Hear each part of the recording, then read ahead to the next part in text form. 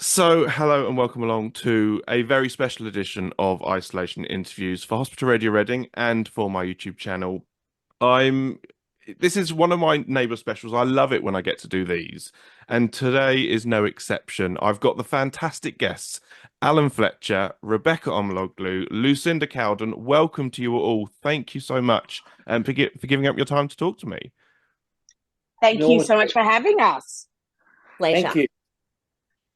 And let's start off with, Lucinda, I hope you don't mind. We'll start off with the recent news that obviously you've left the show. And I was heartbroken when I heard the news. I mean, for yourself, you've obviously been, sort of had that in, going on for a little while. But I mean, how did it all come about? How did it all come to be? How do you mean? What was it like? I got a team messages, messages on Teams. I know. Well, your contract comes up every year, and your option is either taken up or it's not taken up. And mine was not taken up.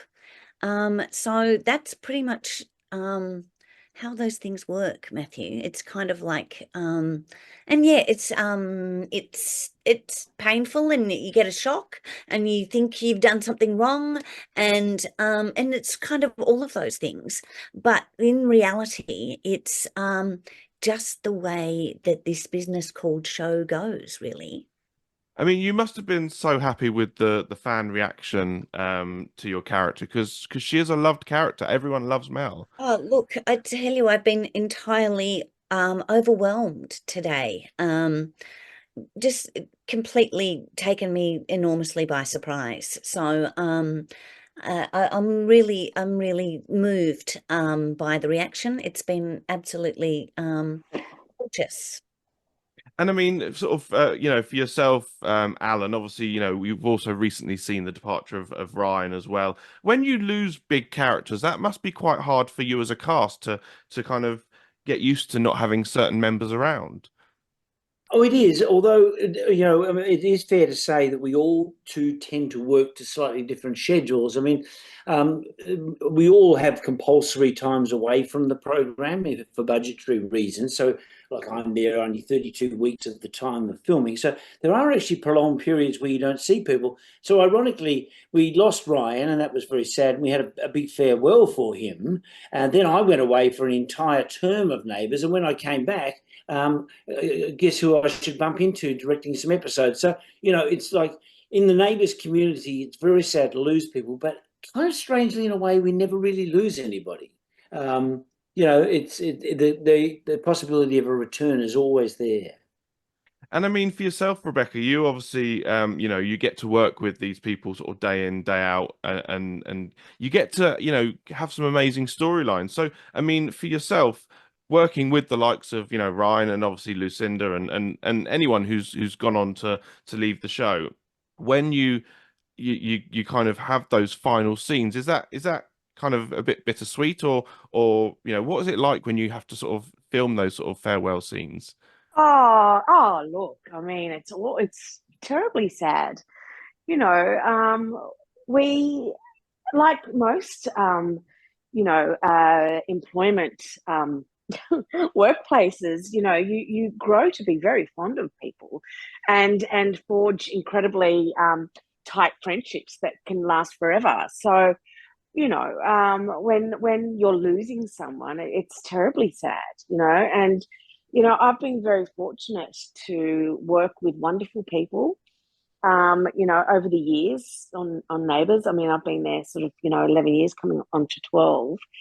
And, we've had wonderful people come and go. Um, but it is sad when we've got sort of, people like Ryan and Eve, like for instance, when Eve left. I mean, that was heartbreaking. And Lucinda and I are very close. So that's terribly sad, although I have a feeling that it's not the end for Lucinda, which is wonderful. And, yeah, it's really tough. But, it is that industry where we just, we have no choice to sort of, get used to it. But we do forge very strong, and I think because we're all actors, we're very emotional, creatures, and we do tend to sort of, uh, I don't know, just have incredible relationships with the people we work What do you with. mean, So. Rebecca? What do you mean? Hey, It is intense. seriously. It is. You form intense relationships with people doing this job. And it's lovely. And you do, and I do, and I miss both of you guys, I'm not seeing you on a daily basis. I do. But just know But that doesn't I'm mean going. that we won't, like our friendships will, Yeah, they go on. Absolutely. I've caught up with Ryan since he's come back. And these things, they are intense friendships. So you kind of do, you get really close really quick with the kind of, this kind of work. So yeah, it does feel like a bit of a wrench, but yeah, it's also joyous because I know that I'm going to be working with Rebecca when we do the tour. Yes, we have to talk about this. Obviously, Alan, you got to do the show back in 2023, so last year. Yep. What can you say to the ladies ahead of their tour? give us some tips. Give them some Give us tips. some tips. What can they look How forward do we to? tour, Alan? We've never done it before. Okay, well, stay hydrated. Oh, hey, well, we all know I will.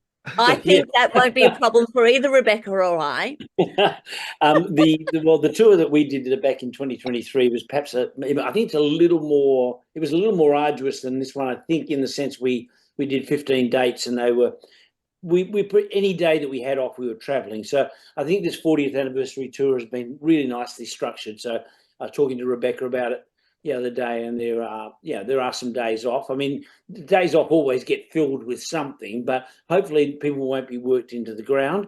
And the thing is that you really get, well, no matter how tough it gets or you feel it might get, you are very bolstered up by the support of the fans and how excited they are to see you. And it really makes it worthwhile. I mean, the meet and greets are very exciting because you get an opportunity to spend, a couple of hours with a lot of people who love the show. So it's what more could you ask for? I know that everybody's going to have a fantastic time. It's going to be wonderful. I'm so looking forward to it. I'm looking forward to the bus rides as well. We're going to have bus songs and stuff. It's going to be ace. Our bus was a lot of fun, I have to say. I seem to remember fairy lights being put up, and well, that's Annie Jones for you. Yes, that's Annie Jones. I mean, the favourite time on the last tour, and I don't know if you'll get a chance to do this, but our favourite time last time was when we crossed from England into Scotland. There was snow on the ground, and a very excited Annie jumped off the bus because she'd never seen it. So we played in the snow for a little bit. We're such big grown-ups that we threw snowballs at each other. Yeah, so hopefully that happens for you too. I'm very excited. I'm very excited to meet, all our fans and viewers of the show. It's so, I've been getting so many messages.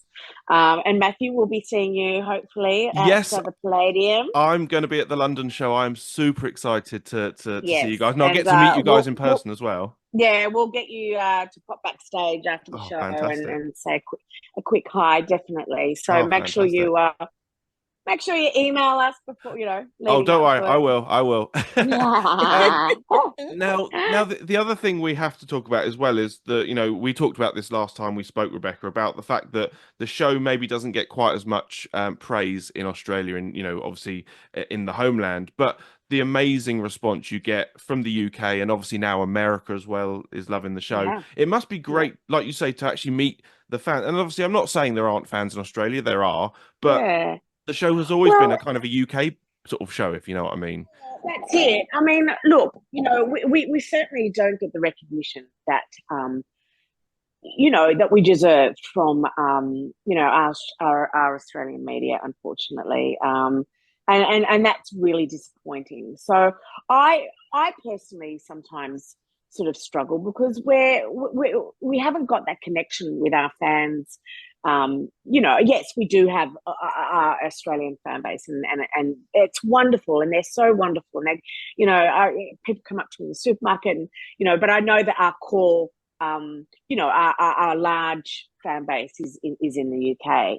So I think that's what I'm looking forward to, is having a little bit of a connection with them, because it is sometimes a little frustrating, when we don't have the recognition as in Australia as much as we would like.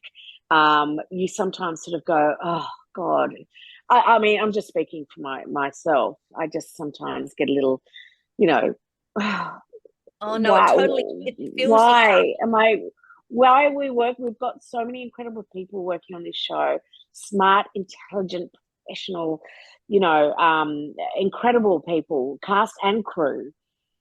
And sometimes I sort of feel that, we certainly get acknowledged by, Fremantle and certainly from Amazon and our producers, but just, I think, because we don't get it from, our I don't know, Fletch. What do you think? I think that's a part of me that's looking forward to going to the UK, is to have a connection with a greater audience, and I think it'll be really lovely, and give me a boost, this is why we're doing. This is why we're making this gorgeous little show called Neighbours for all these amazing fans.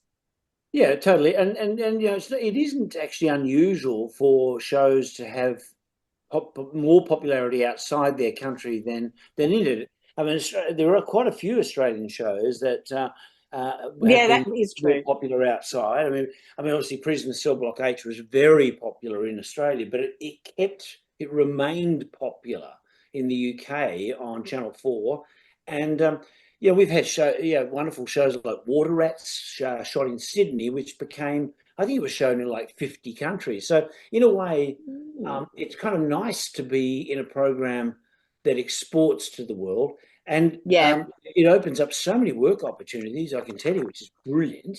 And also, of course, the other thing is that by not having a huge fan base in Australia, it means that we're not constantly under pressure, to interact with people. If we were in the UK, then we'd be very busy. It'd be a lot harder doing the program. So there are some advantages. Yeah.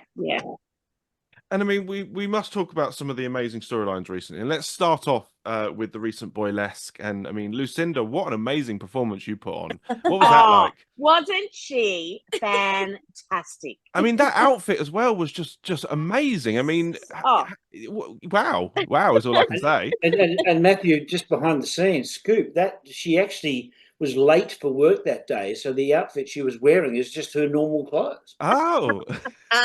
Yeah, that's exactly what I get around in. I kind of felt like I know it's funny, but because I knew I was leaving and all of that, and it was very close to the end for me at that point, and it kind of felt a little bit like a gift that, it kind of felt a little bit like, oh, here you go, Luce, have this and do whatever. Have a little bit of fun. Have a little bit of fun with this. Kate Kendall let me do that accent, which I never thought she would have. Yeah, it was brilliant. You were so amazing. Like, I just hope that if you put a show reel together, you've definitely it goes on the show reel. That, because it was so entertaining. And Matthew, Lucinda had to, I don't know if you know how filming works, but she had to do that intro over and over and over again.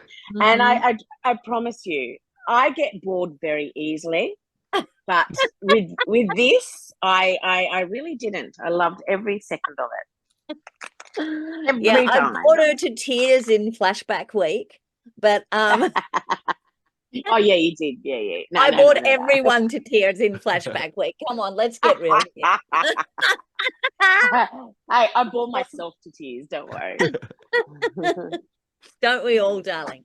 I mean, when you're doing those sorts of performances and you are kind of in front of a crowd there, I mean, Yes. is there nerves, or was that No, well, quite it really felt like we were doing a show, Matthew. That was the really joyous thing about doing that boylesque thing, because we did it like we did a show. Afterwards, I had that after show high, and I had to just go and put my normal outfit on and go and do other scenes. And it was real. I just wanted to talk like that for the rest of the day, if you know what I mean. Darling, darling. Darling, darling. So yeah, it really felt like it. And I think the boys felt that as well. Did you feel like Ah, that? they were fantastic. They put so much work into it. Yeah. Fletch, did you put a lot of work into it, darling? Or did you just flash your ass? Well, I put more work into it than anybody else. Did you? Yes, I did. I mean, I Because looked it, of course. Of course. I mean, It looked like hard work. I mean, all those boys had to do was just take their shirts off and prance around like lunatics for a bit. But I actually wrote a song. Now you're all forgetting that. I wrote a song. It's Yes, genius. but you write songs. You write songs at the drop of a hat, darling. We're all used to your songwriting ability now. It's no longer a shock that you've written a song. I have to say, Matthew, I'll be honest with you, the team that put together Boylesque were quite extraordinary, the choreographer and so forth. Extraordinary And team. Bailey Turner, And can we Bailey, just say Bailey? Yeah. And I was asked if I could dance with the team, and I very quickly realised that two things. The first is, if I dance with this team of young lads, I'm going to look very, very silly. And number two is, my body ain't going to go where these boys would like me to go. So I begged out of it, I'll be honest. And but script wise, they wanted Carl in there somewhere. So I thought, well, I know what I can do. I'll do a silly song and reference free as a river. So I had enormous fun doing that. And yeah, it was very nice of them to include me. I mean, the other thing we must do as well is a shout out to the set designers, because that set looked, you know, the way they dressed it looked fantastic. Have you ever seen the waterhole look like that? It was just incredible what they did. I know. I mean, they do a fantastic job anyway. But I mean, when you can really see their fantastic work when you have these events where, you know, like one of the sets gets dressed up. So yeah, I want to say hats off to them. That was fantastic. Yeah, they do a great job. Now, Absolutely, everyone did. Brought their A game. Now, the other storyline we have to talk about is obviously the return to trays and drinking and everything. When you get told that you know that storyline was coming up, Rebekah, what was going through your head? Did you want Trace to go back down that sort of rabbit hole? Oh, look. I mean, here we go again. You know, it's sort of yeah. I knew that look. On a serious note, sobriety for addicts, whether it's drugs or alcohol, is a very difficult path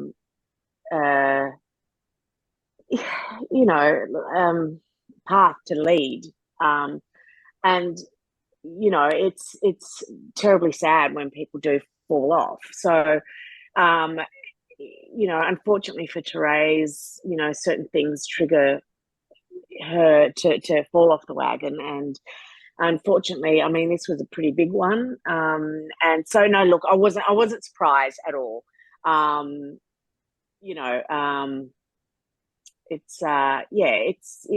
was a good.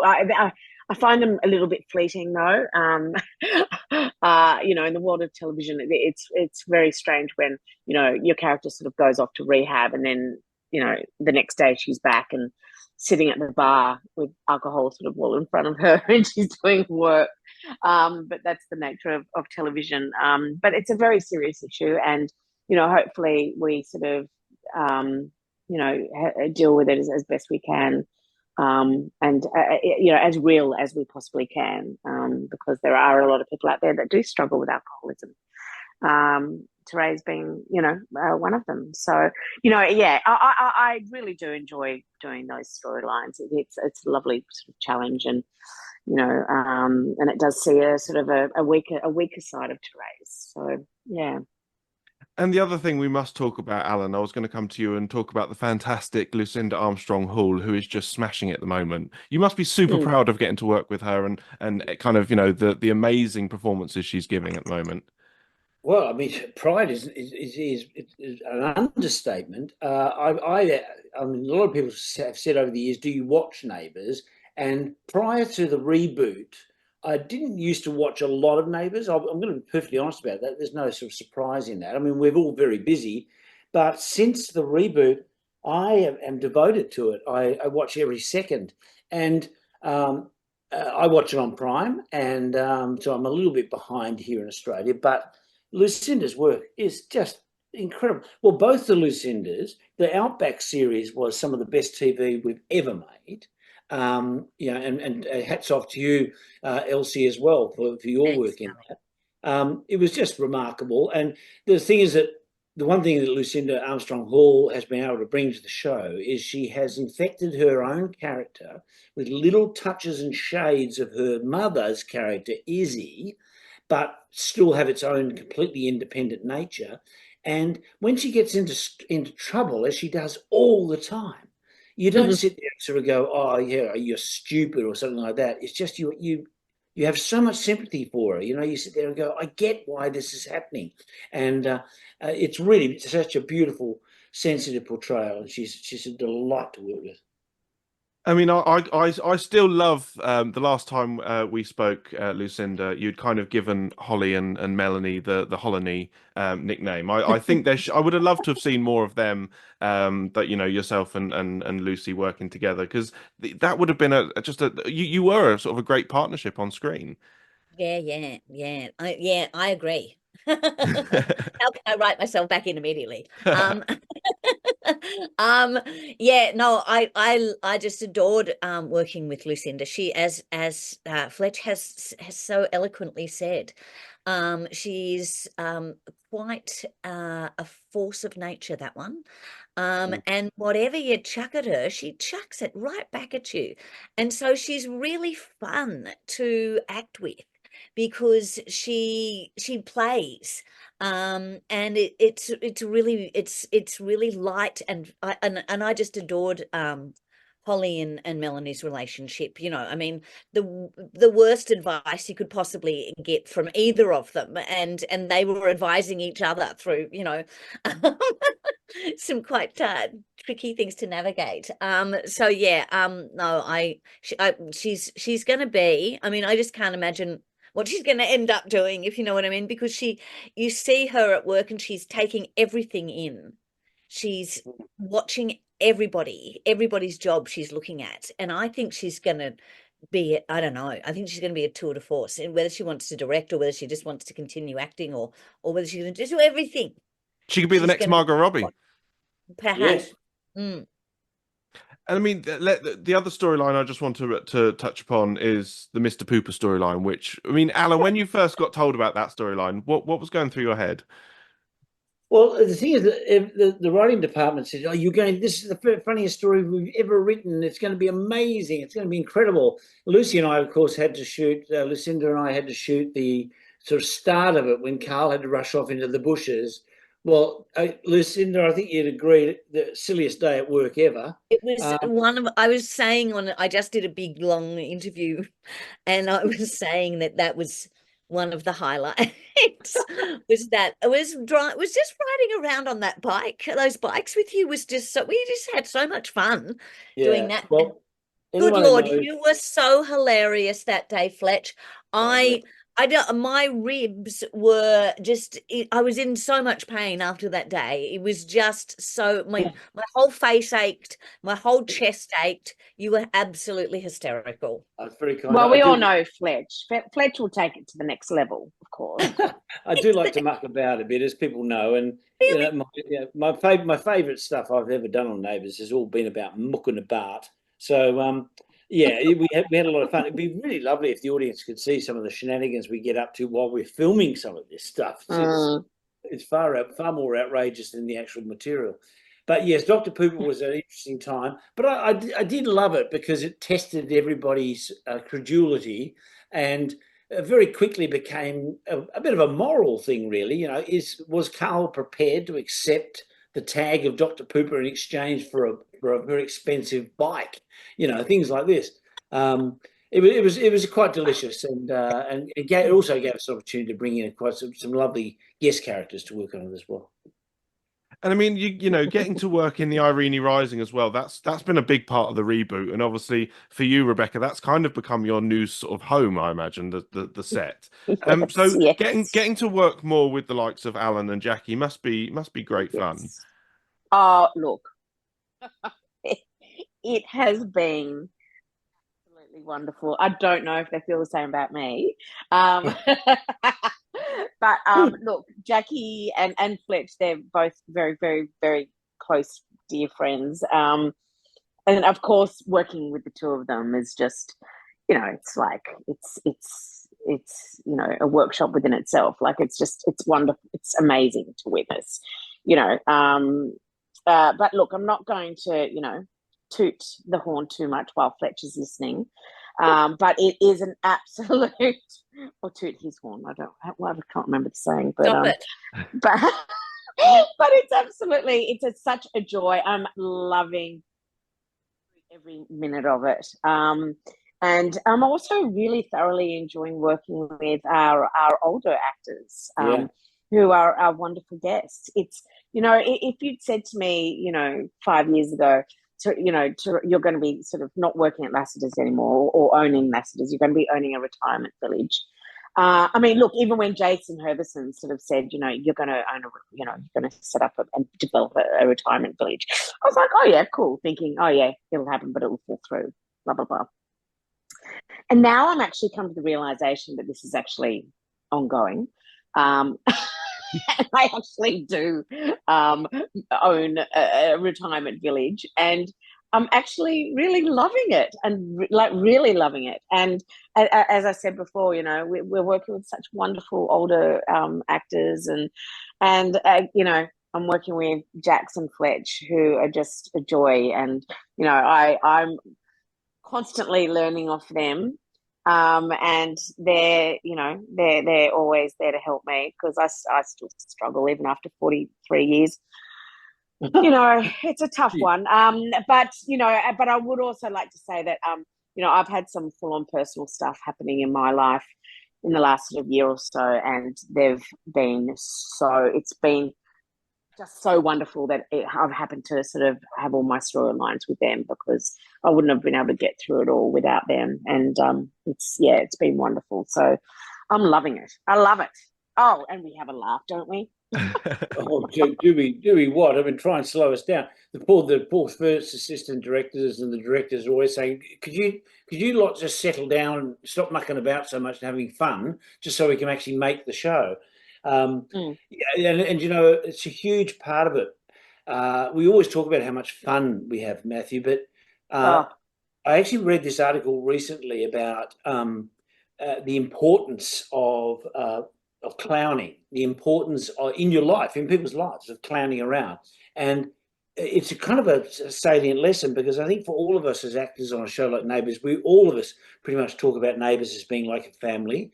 And we talk about it as a place that lifts us up when we're feeling down, and supports us when we're feeling, you know, troubled by things. And it's because of the wonderful environment that we have, that fun environment, that supportive environment, that we are able to keep going, keep making the show, and form such close bonds. And that's a lesson for life. You know, I think keeping your sense of humor and having fun in life is a way of getting through it, you know.